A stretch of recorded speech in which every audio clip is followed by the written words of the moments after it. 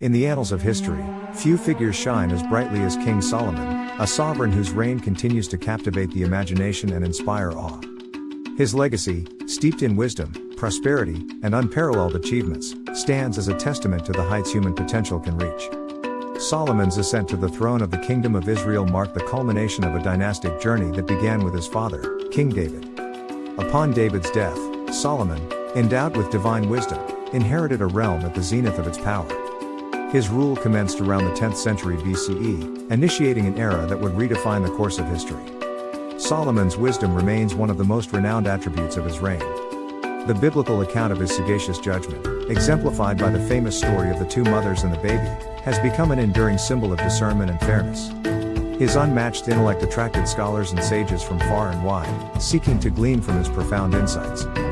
Perhaps one of the most enduring legacies of King Solomon is the construction of the first temple in Jerusalem, known as Solomon's Temple. This architectural marvel, a manifestation of his deep devotion to the divine, stands as a testament to his vision and spiritual commitment. The temple became the epicenter of religious life and a symbol of the Israelites' covenant with God.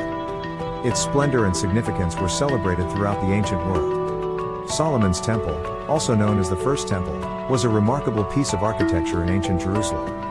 Its design and construction held great significance both in terms of religious worship and cultural identity for the Israelites. Here are more details about the architecture of Solomon's Temple. This innermost chamber of the temple was the holiest space, believed to house the Ark of the Covenant. Only the high priest could enter this room, and only on the Day of Atonement. Located in front of the Holy of Holies, this chamber contained various sacred objects, including the golden altar of incense and the table for the showbread. The temple complex had an outer courtyard where the altar for animal sacrifices was located. This courtyard was accessible to priests and, to some extent, the general public. The dimensions of Solomon's temple are described in the biblical Book of Kings. According to these accounts, the temple's main structure was approximately length, 60 cubits, about 90 feet or 27 meters. Width, 20 cubits, about 30 feet or 9 meters. Height, 30 cubits, about 45 feet or 13.5 meters. Two bronze pillars, named Jachin and Boaz, stood at the entrance to the temple. These pillars were adorned with intricate ornamentation and had symbolic significance. The temple featured lavish decorations, including carvings, engravings, and imagery of cherubim, angelic beings. It was overlaid with gold, and various precious materials were used for embellishments. The doors of the temple were made of cypress wood and overlaid with gold. A veil or curtain separated the holy place from the Holy of Holies, symbolizing the separation between God and humanity. The primary building material for the temple was high-quality cedar wood, imported from the forests of Lebanon. Cedar was renowned for its durability and resistance to decay. Gold, silver, and bronze were used extensively for overlaying surfaces, creating decorative elements, and fashioning sacred vessels and implements. Solomon's temple was constructed with great precision and craftsmanship. Skilled artisans, workers, and laborers were employed for its construction. The Bible mentions that workers from both Israel and the neighboring region of Tyre were involved in the construction. The design of Solomon's temple was rich in religious symbolism. The Holy of Holies represented the dwelling place of God's presence on earth, while the other chambers held objects of religious significance. The temple's beauty and grandeur reflected the glory of God. Solomon's temple was not only a place of worship but also a symbol of the covenant between God and the Israelites. It served as a focal point for religious rituals, sacrifices, and communal gatherings. Unfortunately, Solomon's temple was destroyed by the Babylonians in 586 BCE, but its architectural and religious significance has left a lasting impact on the history and culture of the Jewish people. The fate of Solomon's temple treasures is a subject of historical speculation and legend due to the limited available historical records. According to biblical accounts and historical sources, here's what is known about what happened to the treasures of Solomon's temple. In 586 BCE, the Babylonians, under King Nebuchadnezzar II, conquered Jerusalem and destroyed Solomon's temple. During this conquest, the temple's treasures, including gold, silver, and precious vessels, were looted and carried away to Babylon. This event marked the beginning of the Babylonian exile, during which many Israelites were taken into captivity in Babylon. The Bible, particularly the Book of Kings and the Book of Chronicles, mentions the looting and transportation of the temple's treasures to Babylon. For example, 2 Kings 25:13-17 describes the plundering of the temple. While the Bible provides details about the looting, It doesn't provide a comprehensive inventory or a detailed account of what happened to each individual item. Some of the treasures may have been repurposed, melted down, or lost over time. Over the centuries, there have been various legends and speculative theories about the ultimate fate of Solomon's temple treasures. Some suggest that they were hidden away before the Babylonian conquest, while others propose that they are still hidden somewhere in modern-day Iraq.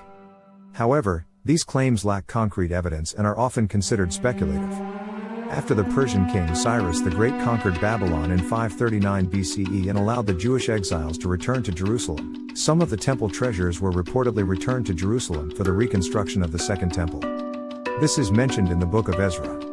In summary, the treasures of Solomon's temple were indeed looted by the Babylonians during the destruction of the First Temple in 586 BCE. While there is historical documentation of their removal to Babylon, the specific fate of individual items remains uncertain, and legends and speculation continue to surround the whereabouts of these treasures. However, there's been debates about the entire reign of King Solomon, and here are some of the major debates surrounding his reign. Some scholars debate the historicity of King Solomon himself. They question whether he was a real historical figure or a legendary character embellished in biblical narratives. Secondly, there is ongoing debate about the extent and grandeur of Solomon's kingdom. Some argue that it was a vast and wealthy empire, while others suggest it may have been more modest. Scholars debate the size, design, and architectural details of Solomon's temple. The descriptions in the Bible are considered by some as symbolic or theological rather than literal, leading to differing interpretations. The extent and sources of Solomon's wealth are a subject of debate. Some believe that he amassed immense riches through trade, while others question the feasibility of such wealth in the region during his time.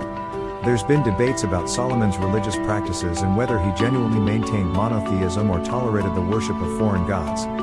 His numerous marriages to foreign princesses are seen as evidence of potential religious compromises. Scholars also discuss the role of the Kingdom of Israel in the broader geopolitical context of the ancient Near East. Some argue that Solomon established a powerful and influential kingdom, while others see Israel as playing a more limited role. The ongoing influence of Solomon's reign on later Judaism, Christianity, and Islam is a subject of extensive debate. His role in shaping religious traditions, literature, and culture has far-reaching implications. The scarcity of direct archaeological evidence related to Solomon's reign is a significant debate. Some argue that the lack of substantial findings calls into question the biblical accounts, while others believe that further archaeological discoveries may yet shed light on this era. The interpretation of historical texts, including biblical accounts and non-biblical writings from the ancient Near East, is a complex and extensive debate. Scholars often analyze these texts to reconstruct the history and context of Solomon's time. The enduring legacy of Solomon's wisdom, as portrayed in biblical literature, Proverbs, and other writings, continues to be debated in terms of its cultural and moral influence. These debates surrounding King Solomon's reign highlight the multidisciplinary and multifaceted nature of historical inquiry. Scholars draw on diverse sources, including biblical texts, archaeology, ancient inscriptions, and comparative studies, to piece together the complexities of this pivotal period in history.